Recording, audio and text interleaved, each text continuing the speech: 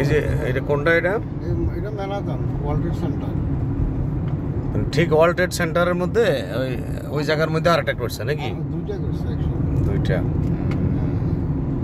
যে দুইটা ভাঙছে না,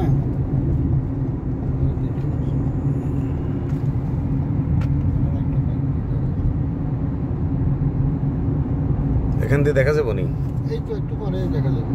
আসলে এখান দিয়ে উঠে বাকিটা দিয়ে উঠিলাম হাইওয়ের মধ্যে।